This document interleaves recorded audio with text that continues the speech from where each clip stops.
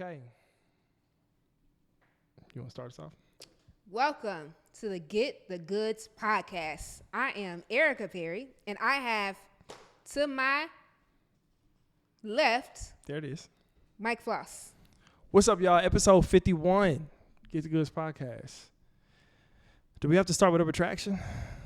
Well, I don't know if it's in a retraction or if you want to just explain more on why you decided to cut Jesse Jackson. Well, I'm curious as to the thought process when you developed the start bench cut category.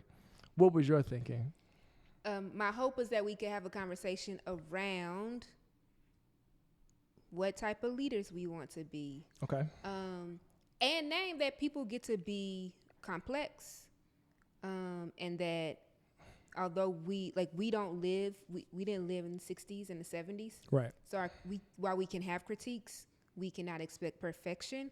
And I don't know that I would expect folks who lived in the 60s, 70s to move in the same way that I now move now, because I feel like we have more knowledge. Not knowledge, but I was saying it at the panel you had on Monday, last Monday, with Jerome and Walda, that the interesting part about us being in movement in 2026 and other folks in the 70s and 80s is that we have more data, and it's like, oh no, we know that there is no saving this democracy, right?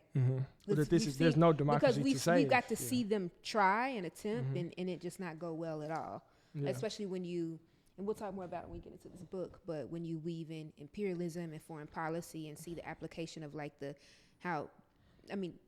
United States has been dehumanizing both across the world and internally, but holding those two things together, I think, is important. Yeah. That's what I was hoping to get at.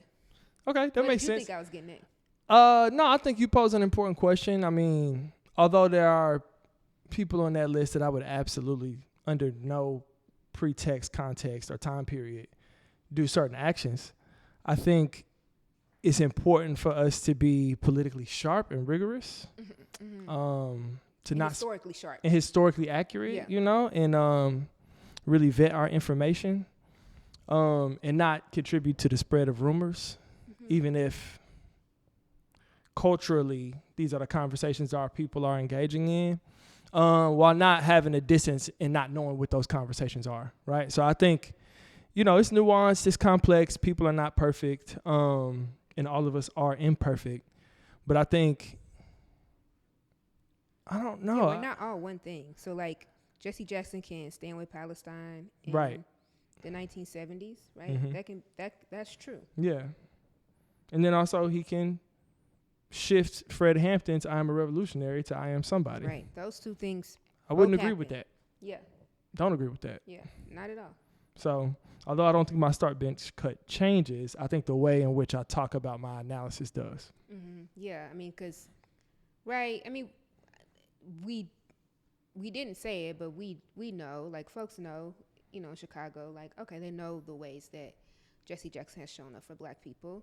And we can live in the complexities of who we are. I'm not, and I said this on the podcast last time, but I'm not all just one thing. I am a complex person who lives in contradictions, and consistently trying to reconcile them.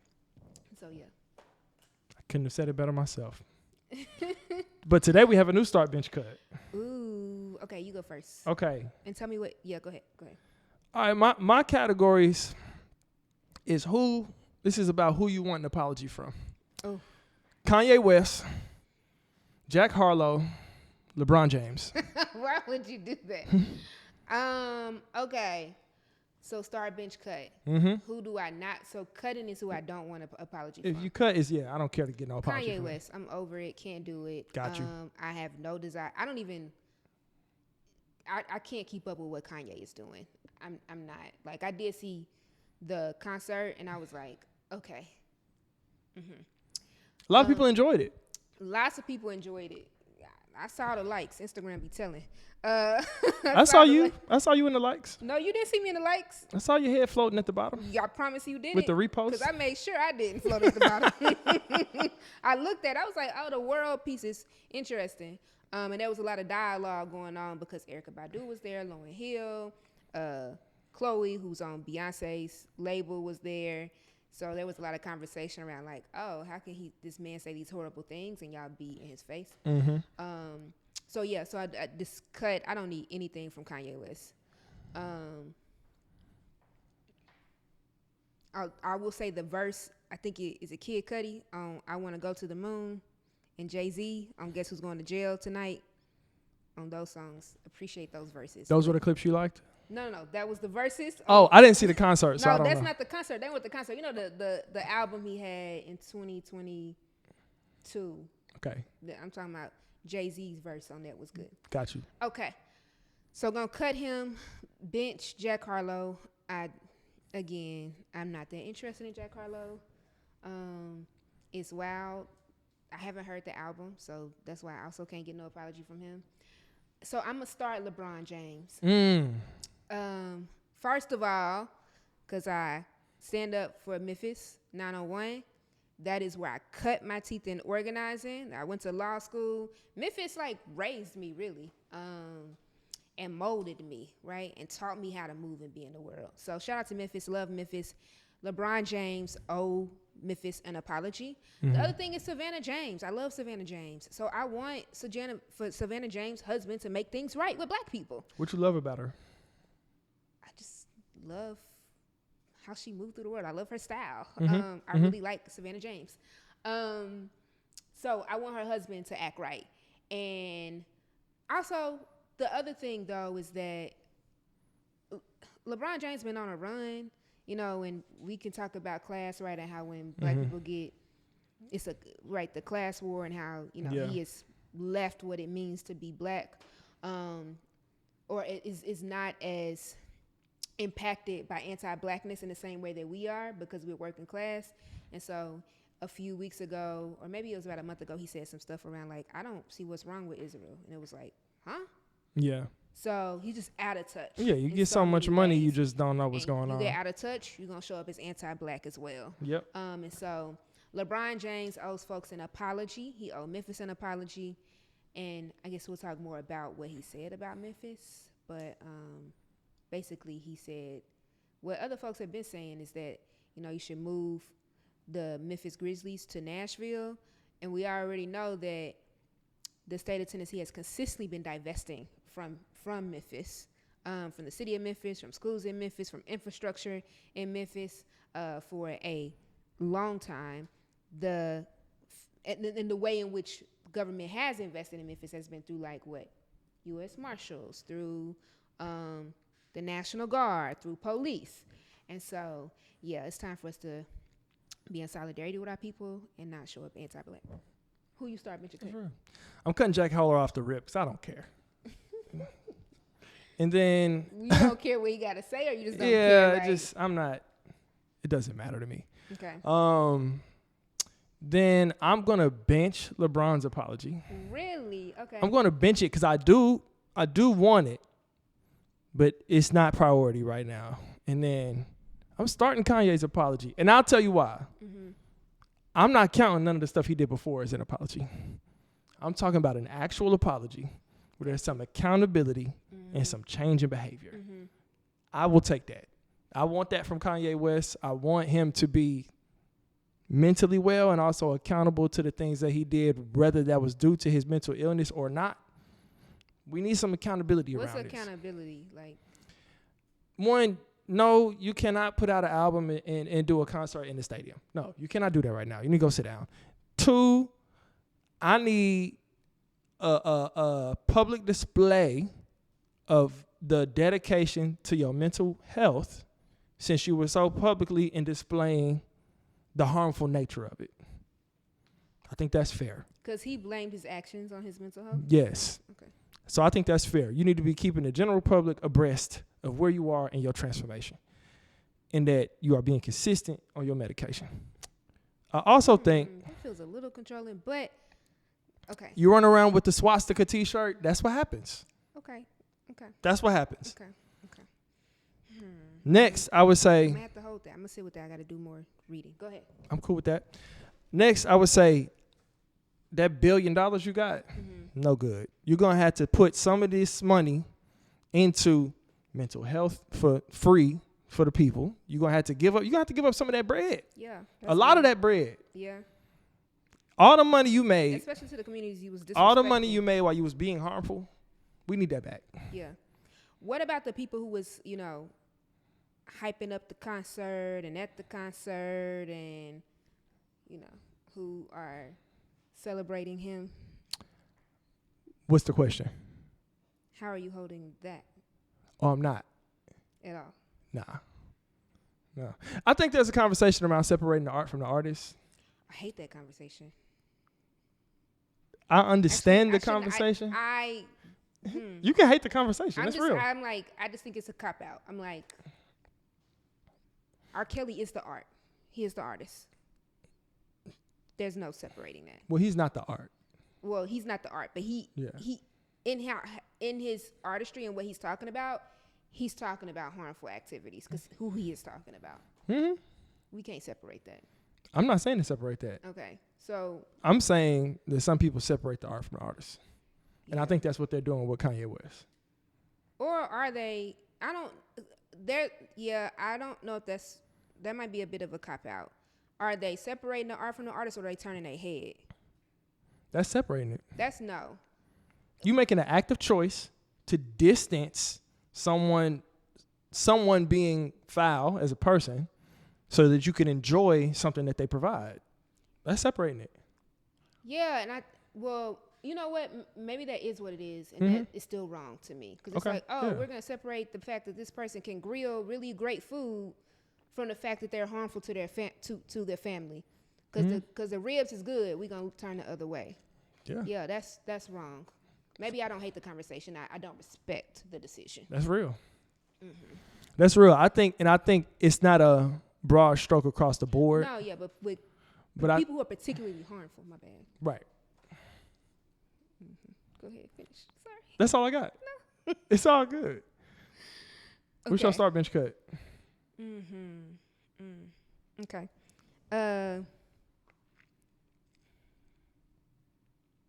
You can choose. Okay, I have come on. 3 for you. All right. The first one is respect, love, or trust. Start bench cut. The second one is candy, cake, cupcakes. Cut that one. Can we start bench cut your list? All right. Cut number 2 off the wham. Cut. All right. And then the third one is Easter, Mother's Day, or Valentine's Day. What's the first one again? Respect, love, or trust. That's probably the most interesting one. It is. Okay, I'm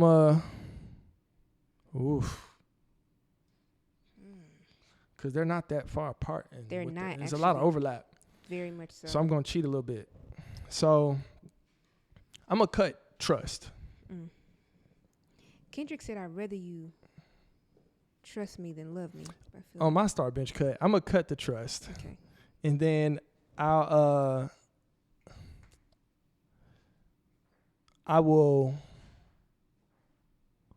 bench love and I'll start respect.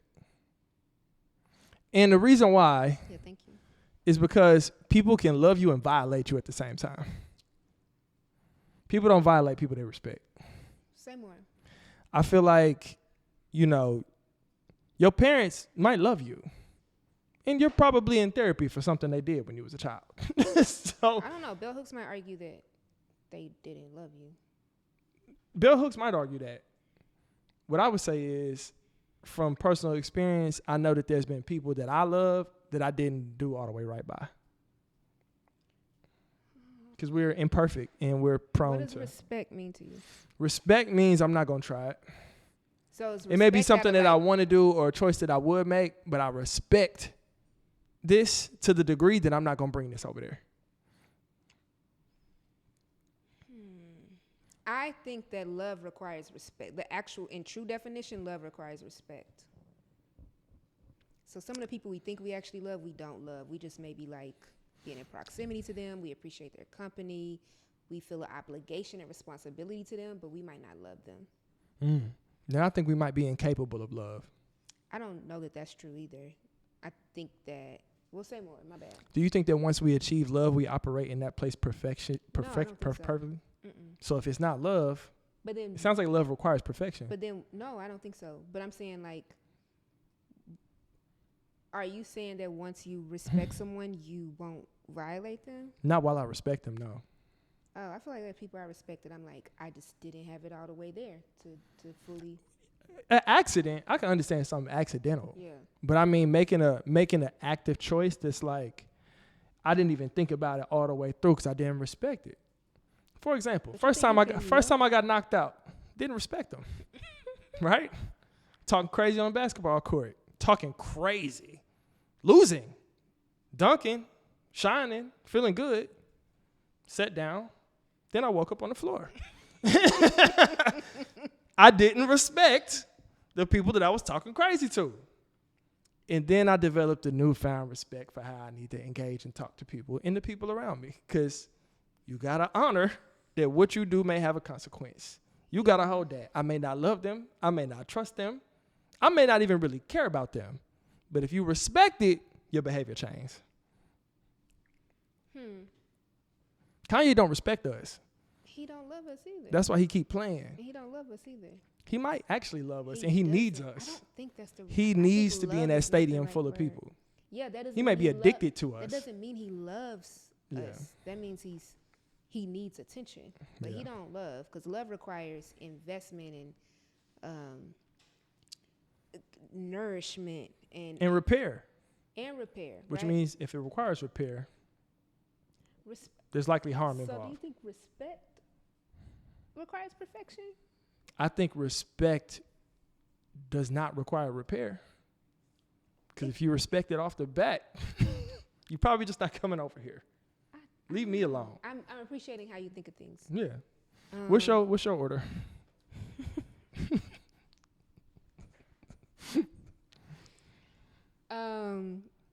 I think I can. This is hard. It is. Yeah. There's no right answer. I'm going to start love, always. Of course. Starting love, because I think love necessitates respect, trust, care.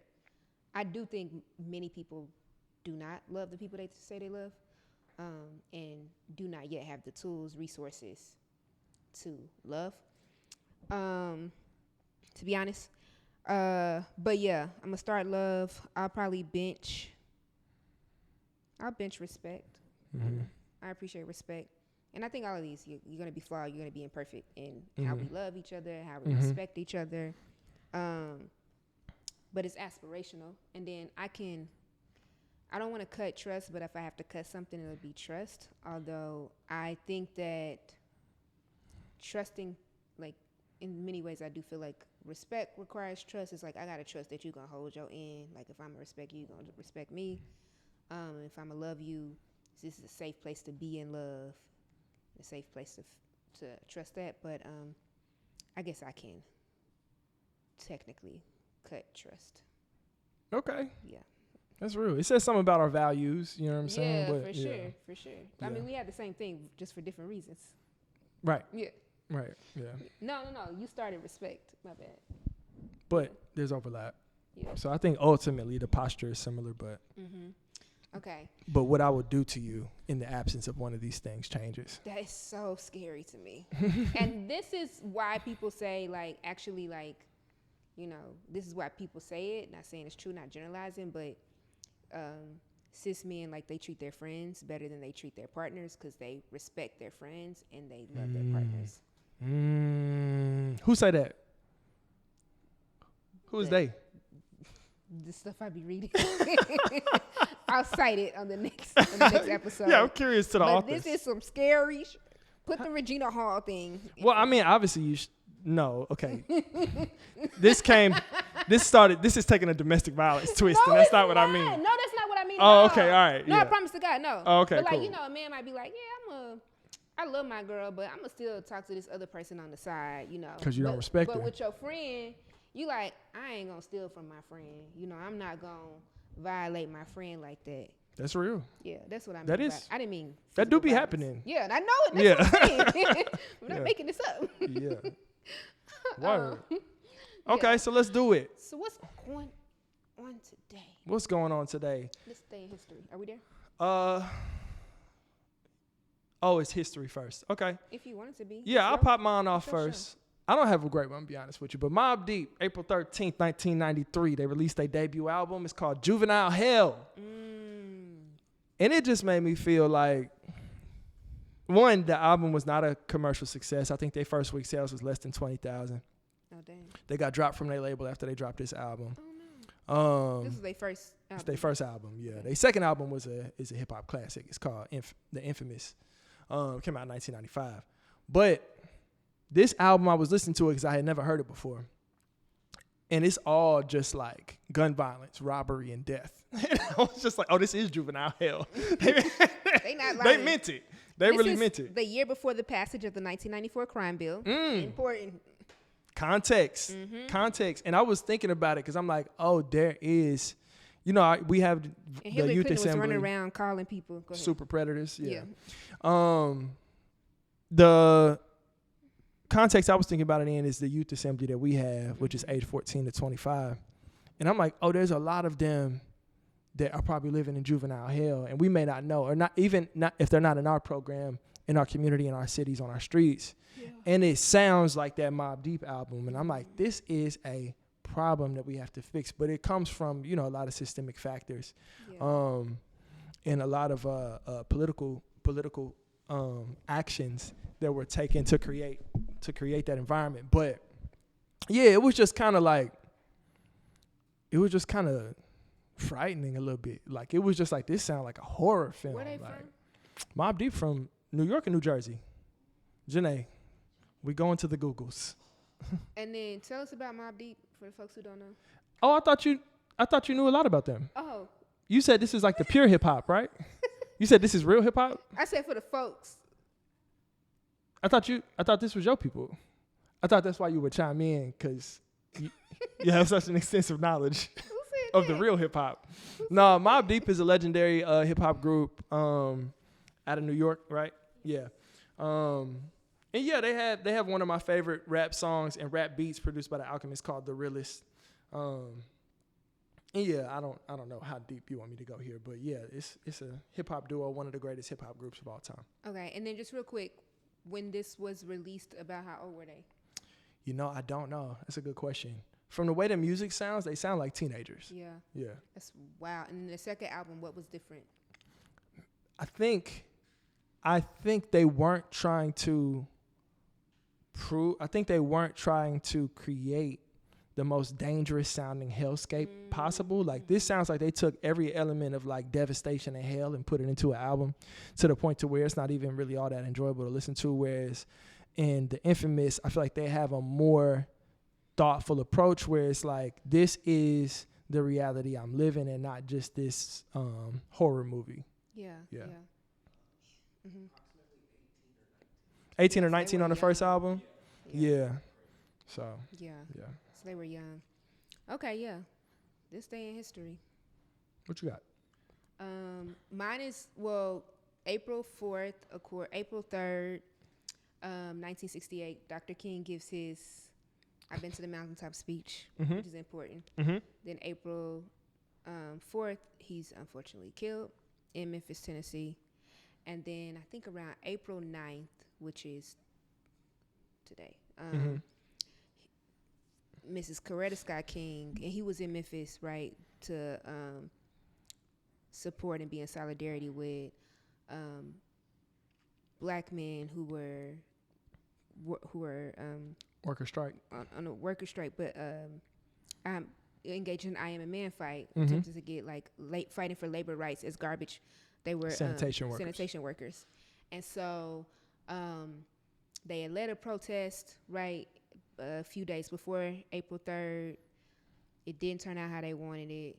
He came back April 3rd, gave this speech, which was beautiful. And I think sometimes at least when I was younger, I didn't connect that, like, he gave this speech on April 3rd and he died the next day, likely less than 24 hours. And so in this speech, of course, he's kind of reconciling and making peace with it, and also naming that y'all got to continue to work. And then, like, a few days after he's killed, his wife engages in that march with the sanitation workers, with organizers and activists in Memphis.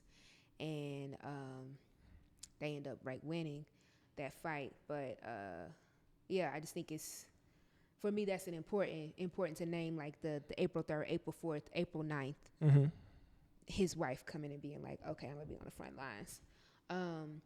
And so the other thing I think is important is thinking about all the different people who are involved in that, but then the documentary that I would encourage people to watch, The Invaders. Yeah. That kind of highlights the work of local, young, radical Black activist organizers who, and what they were doing during the strike and how they were attempting to participate it along with labor, and when Dr. King came in. And I think they were some of the last people that Dr. King would meet with in Memphis right before he was killed. Fire. Yeah, it's a great documentary. Really like the Invaders doc. And it's just good to see, I don't know, I guess it's good to see like the history of organizing in Tennessee, Black organizing in Tennessee, that is not often talked about. Right, yeah. Been doing a lot of reading about, movements and organizers that were doing good work in the past that are not your, Malcolm X, Martin Luther King, your big five organizations and all of that. But yeah, thank you for lifting that up. That's fire. Y'all go watch The Invaders. It's a good documentary.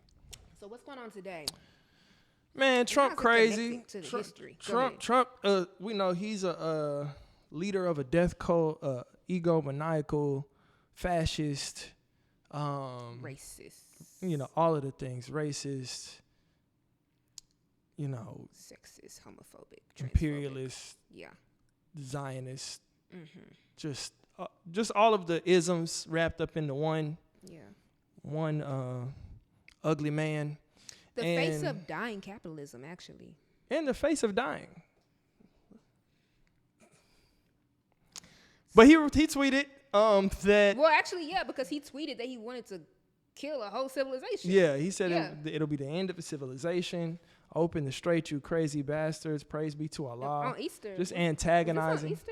I think this was on Easter, yeah. I think so, yeah. At least the day after. Yeah. And these white evangelicals and Black folks who joined Christian nationalism led the effort to get him elected. Yeah. Well, led it with the corporate class, but yeah. And a strategic organizing effort. Yep. So yeah, unfortunately, man, this is it's getting real apocalyptic around here. I think we have to continue to have hope, faith, belief in our people. In the words of George Jackson, revolution got to come from a place of love. So I think that's important. You might be right. You might have to start love on the start bench cut. But yeah, man, I don't know. It's just kind of, sometimes it feels like it just kind of takes all the air out of the room and you're doing things that don't feel like they really matter. If somebody's about to push a nuclear button, it's like, we can do the best we can. But the value of survival programs is that we do this until we get free. Like this is what we do to sustain ourselves, to sustain our people, until a new time is born. So I'm holding on to that. Yeah, holding on. And then in Tennessee, there have been some victories and some, let's just hold the line as much as we can. So there was a bill that was called it's Three Strikes Tennessee law, that if you got certain, if you were accused and convicted of certain crimes, and twice, right, certain crimes, and they say the most violent crimes, then the third one you would get automatic life in prison, right, which is wild. One, because we know how easy it is to be accused and convicted of crimes in Tennessee, and we know how Black people are disproportionately impacted by that, and poor folks are disproportionately impacted because of the way the system is set up. And so that bill failed this session, which is good. That's good. But also horrible that it could even get this far. And then the second piece is that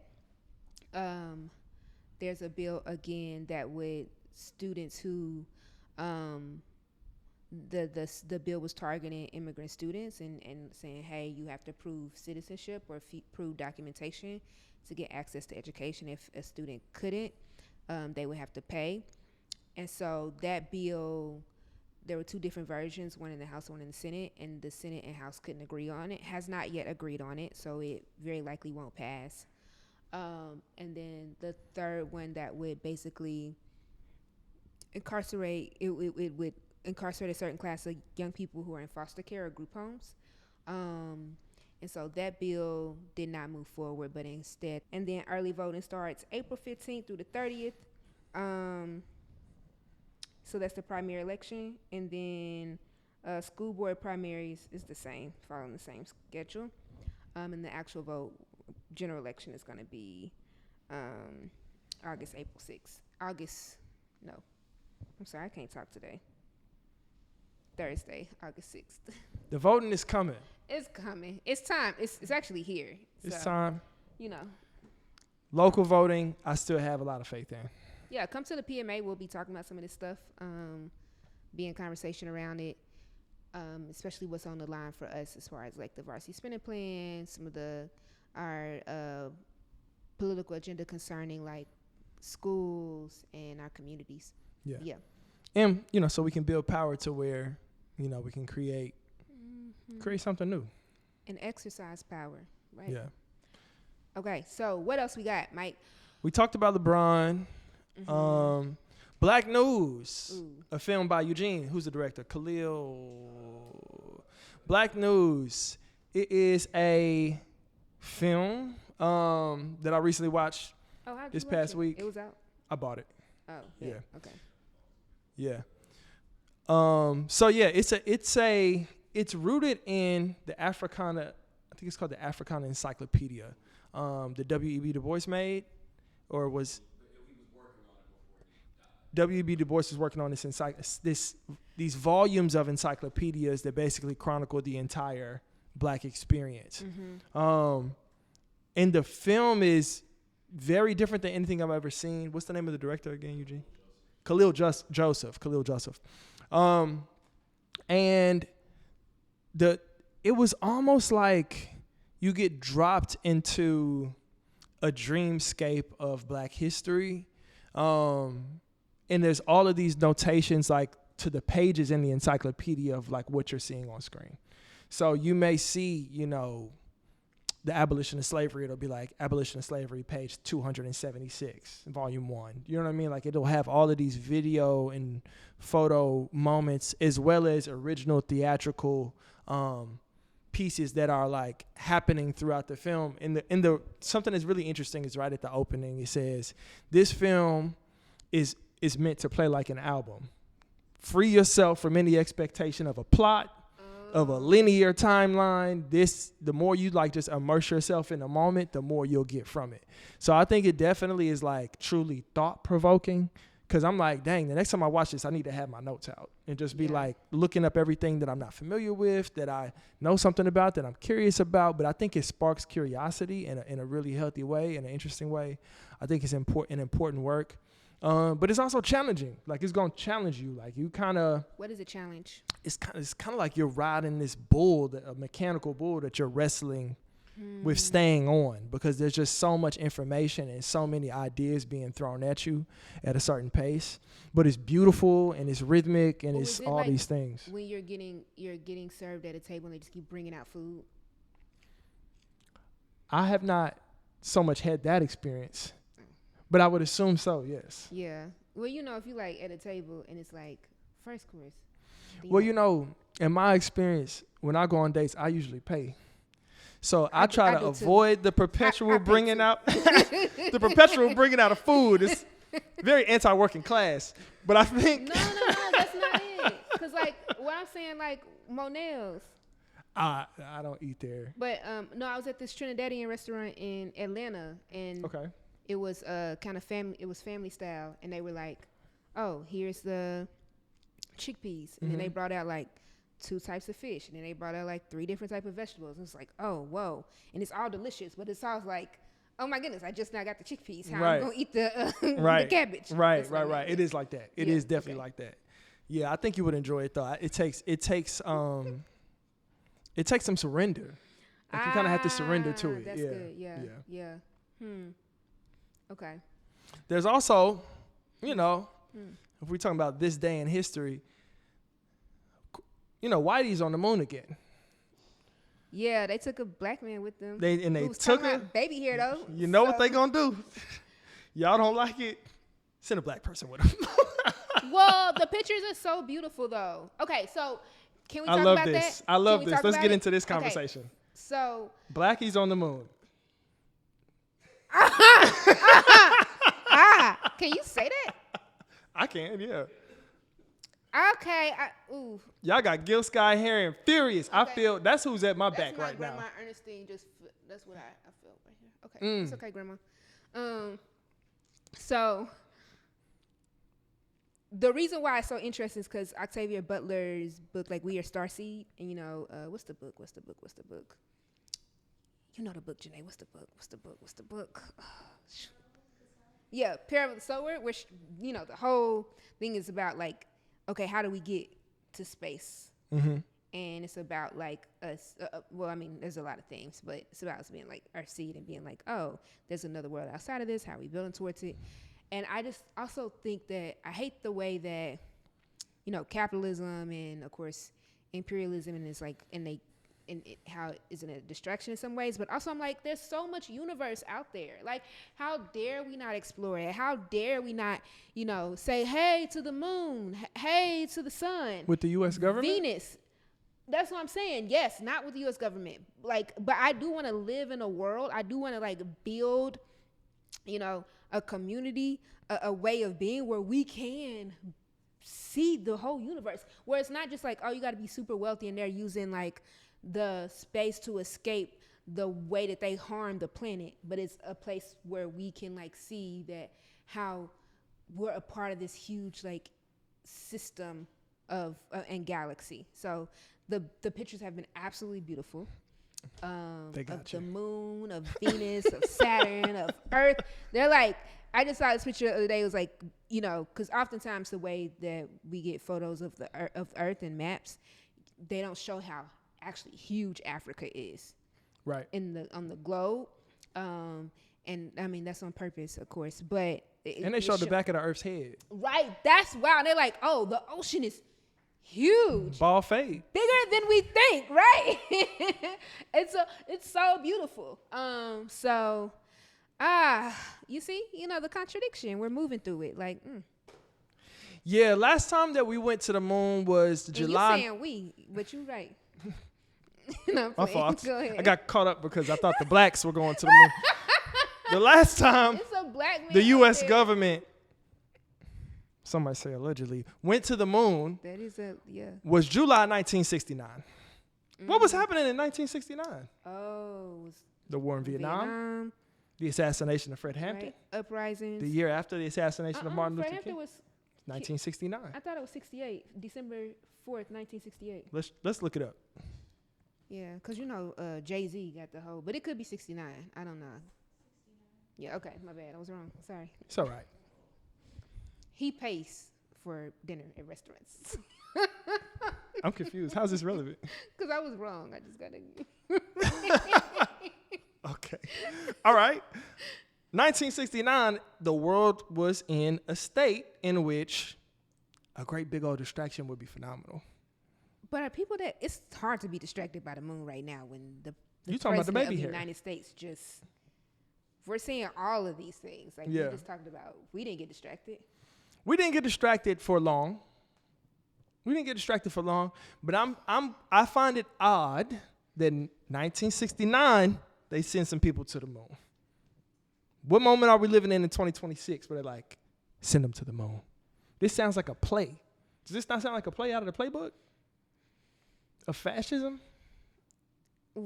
But are people that distracted by these people? I don't even know if people know people are on the moon, though, right now. Like, in the way that... You said there's all these pictures and... Yeah, but I don't know. People are talking about how beautiful it is. I saw more people talking about Trump and this tweet and, like... I think both things are happening concurrently. In Lebanon and Iran. I think that's what makes this moment different than 1969. Oh, because media was different too. Exactly. Yeah. But I'm just saying, it just seems like they keep running the same play. That's all I'm pointing out. I don't disagree with you. I'm not disagreeing. Yeah. So it's hard for me to celebrate Barack Obama going to the moon. But Barack what we Obama are didn't reading, go to the moon. His name is Victor Glover. that's how y'all and treating him. No one. That's not how we're treat. I'm not treating him like that. Have you seen the pictures? I seen the back of Earth's head. Did you see any other ones? No. Did you see the moon? How they were like the moon absorbs like these big rocks and things that could harm the earth, and like The moon is Olivia Benson. no, nobody said that. It's your You protector. said that.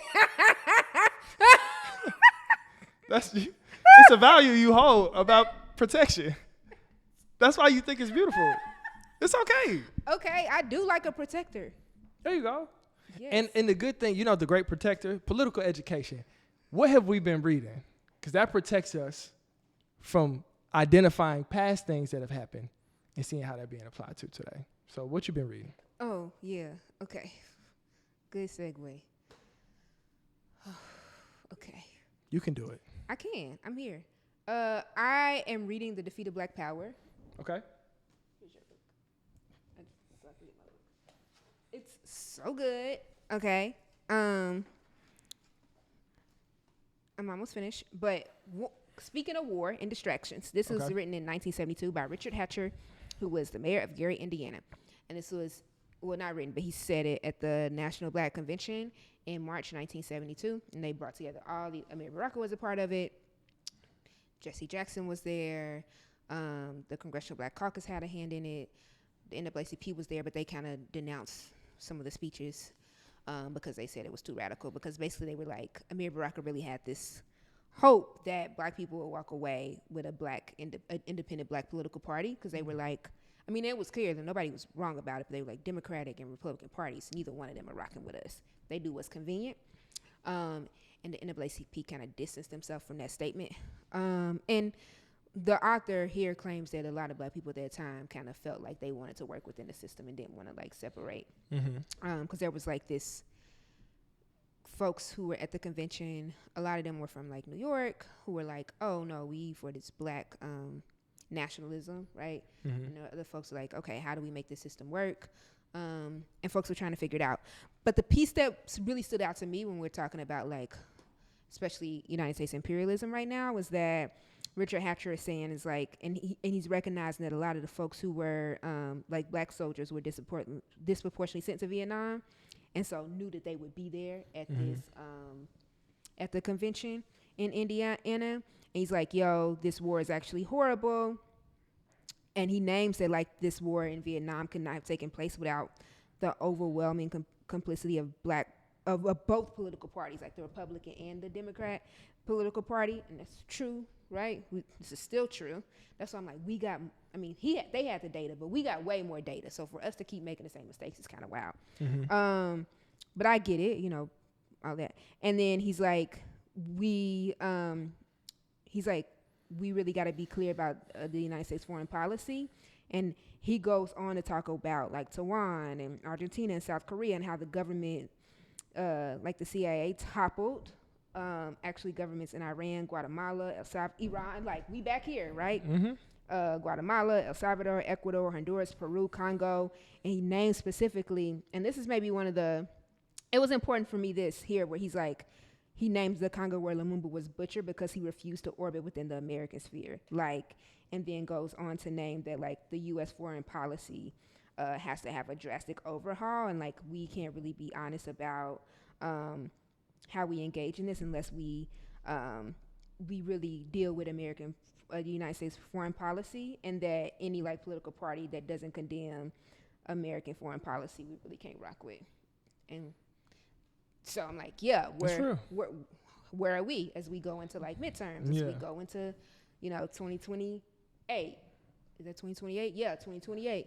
And so they've been running the same play. You said it. Back to the plays you're talking about. The moon, U.S. foreign policy. What are we finna do? What Democrat, Republicans? What are we finna do? Right? What are we actually? What is our plan moving forward? But that's what I'm reading. Yeah, I don't know. I don't have no faith in the Democratic or Republican Party. In the words of Walter Cass Fishman, you have either the Republican Party, which is the fast road to fascism, or the Democratic Party, which is the slow road to fascism. I mean, I would like to slow this thing down. It's getting a little so you can, it's crazy. so we can build something else, right? I can appreciate slowing it down, but I also Yeah. think slowing it down sometimes stagnates the entire movement because people think that, okay, cool, we can breathe, we can chill, and they then start forget that working. they're still rolling down the hill Yeah. towards fascism. So I see the pros and cons in there, you know, much easier said to talk about them than it is to actually live them. But yeah, I think the interesting thing about what I've been reading, I just finished George Jackson's Blood in My Eye, and he, you know, was a studious revolutionary, a student of economics and military operations and politics, and you know his thing is just like all of that stuff is reform. Eventually, what all the stuff? as far as like everything that's happening electoral wise, like he did not see much of a road that was worth traveling when it came to like electoral. Now, for context, George Jackson was incarcerated from 1960 to 1971. This book is written in 1971. So as someone who was incarcerated, I could see how not even having the opportunity to engage in electoral politics would be like, this is not relevant to my conditions. But at the same time, George Jackson is a self-proclaimed Marxist, Leninist, Maoist, Fanonist, and was deeply astute and quite honestly, like highly intelligent, and also a martial artist that, you know, according to Denzel Caldwell, created his own martial art. So this is someone who is absolutely brilliant and genius under the most stringent conditions in San Quentin, where he's in solitary confinement, where he's in 23 and a half out. You know what I mean? Like it's extreme oppression, terror, slavery, just like all of the things. And he's still coming across with these really like globally solid analysis of what's happening in the political landscape. So his whole thing was just like, yeah, we need survival programs and we need revolution. And we got to be clear that everything that we're doing as far as the on-the-ground organizing, the building our organizations, the programmatic work, whether that's the free breakfast program with the Black Panther Party or whatever it is, these are survival programs, right? And these are the things that will eventually become infrastructure for the world that we will build. So that was his analysis. So that's been really interesting to read and to think about and to wrestle with. And I think the beauty of like the Black radical tradition is that it teaches us maybe not what to think, but how to think. How do we have a sharp analysis of our moment and make the correct decisions to apply strategies and tactics that are relevant to our circumstances? So that's what I've been reading. And you just finished it? Just finished it this week, yeah. Okay. I appreciate that. I read Soledad Brother. I haven't read Blood in My Eye. He popping it in that book too. The whole book. He got a crush on Angela Davis. Oh yeah, but that's the end. On my phone, I have a picture of like in Soledad Brother. He has this thing he writes to Angela Davis, and he's like, he liked that Angela Davis. Oh look, baby, he's in love. Okay? And he's my love. He like look, no, he loved her down. I wish I had time to find the quote, but it's a really beautiful quote in and what else? And Eldridge Cleaver. He got Can smoked. we talk about that? Because we talked about that a few podcasts ago, and I was like, not about Eldridge Cleaver. Look. So what did George Jackson say about it? George Jackson said that the Black Panther Party did not split. There was a group of defectors. Okay. Right? And they bounced. And then he said, I asked Eldridge Cleaver, real calm. He said, I was real chill about it. I sent him a message. I asked him, I'm like, hey, what's going on with these behaviors that you're exhibiting currently? And he said, we already had some tension because Eldridge Cleaver, who has been vocal about his behaviors even prior to 1971. So George Jackson was like, and this is what he spends, I don't want to say his last breath, but his last pages with the last published writing that he will put out in his life. This is the second to last page. Yeah. And the last page ain't but one paragraph. So this is some of his last words. He said that Eldridge Cleaver responded to his basic question asking with disrespect. And he told somebody to tell him that 7,000 miles, the walls of prison, steel and barbed wire do not make him safe from my special brand of discipline. Tell him that the dragon is coming. So I said, oh, George Jackson was finna get out. So he was finna get out, and he was the first person he was finna go see. Eldridge Cleaver. And can you just? I have a few questions about that. Yeah. So one is, what was the behavior he was calling out? And two, why do you think he was so passionate about holding Eldridge Cleaver accountable? Well, it was known, and Eldridge Cleaver wrote this in Soul on Ice. If y'all can, Janae, can you look up when Soul on Ice was released by Eldridge Cleaver? But Eldridge Cleaver pushed this in Soul on Ice is how he was like deeply sick. He admits to sexual violence in the highest degree, and how he would practice on black women so that he could get prepared to enact this violence on white women. So he would use black women to practice on them first because his real goal was to get back at the white man by being sexually violent with white women. That's horrible. Yeah. He talks about this, and this is pre his incarceration. So pre-Eldridge Cleaver's. Pre-Eldridge Cleaver's incarceration, he's talking about what he used to do. And these are not thoughts. These are, admissions of guilt. So... Well, he didn't feel guilty about it, so it was just... No, I'm saying, well, not guilt, but yeah. He's saying, I did this. Yeah. I think in the book, he does name some guilt there, though. He does? Okay. Yeah, he does. Okay. But the larger point is that folks know that Eldridge Cleaver is, I would say, unwell, or they do not agree with his behaviors, right? This is known in this time. It's known in the Black Panther Party. And eventually these tensions lead to Eldridge Cleaver leaving and starting a separate group of quote-unquote Black Panthers. He goes to, does he go to Algeria? I thought it was Angola. Angola, maybe? Yeah. I forget where it is, but he goes elsewhere outside the United States and tries to continue and say, this is the real Black Panther Party over here.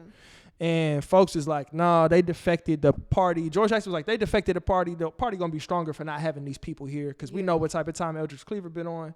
And he's not saying that there's been any change. That was one thing George Jackson made very clear. Is like he did not, his response to me when I asked him very simple questions shows to me that there has been no change, that there has been no, true shifting in behavior or thought process or what he got going on that we already didn't agree with. So the dragon is coming.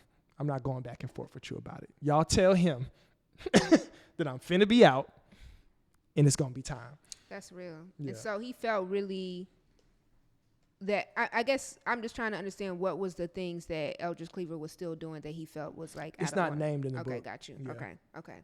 Well, and then you're also reading Seven Mountains. The Seven Mountains Mandate, yes, we're reading that.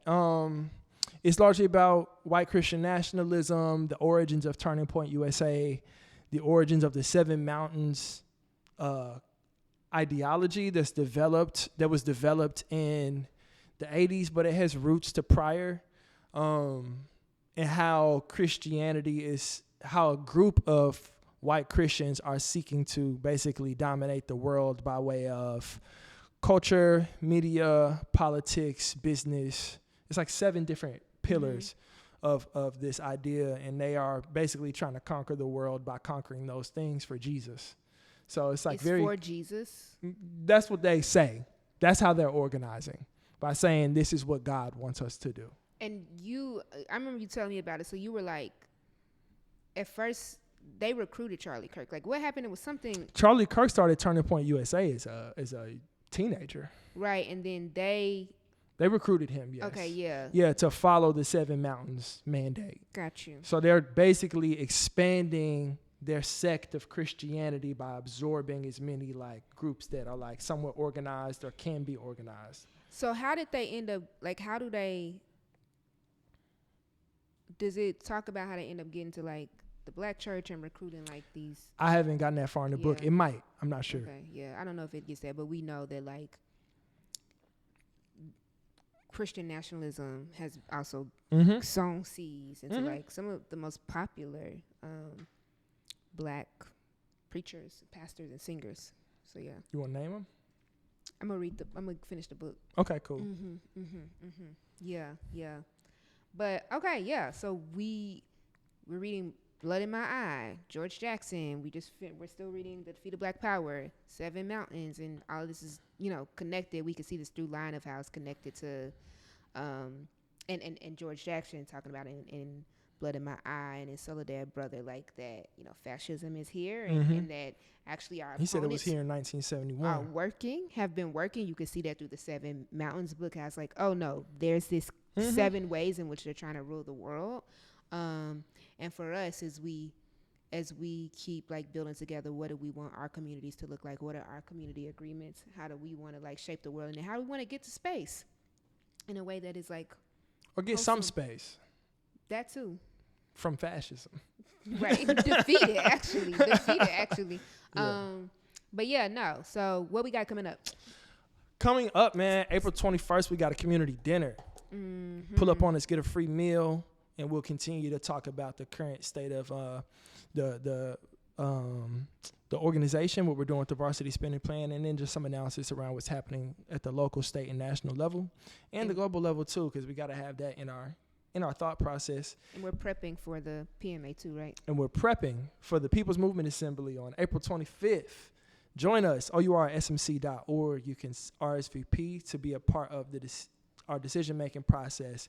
So PMAs is where we make decisions, mass meetings, community dinners. That's where we build the skills and the knowledge to be able to effectively participate in that decision-making. So I'm really excited about the folks that are coming.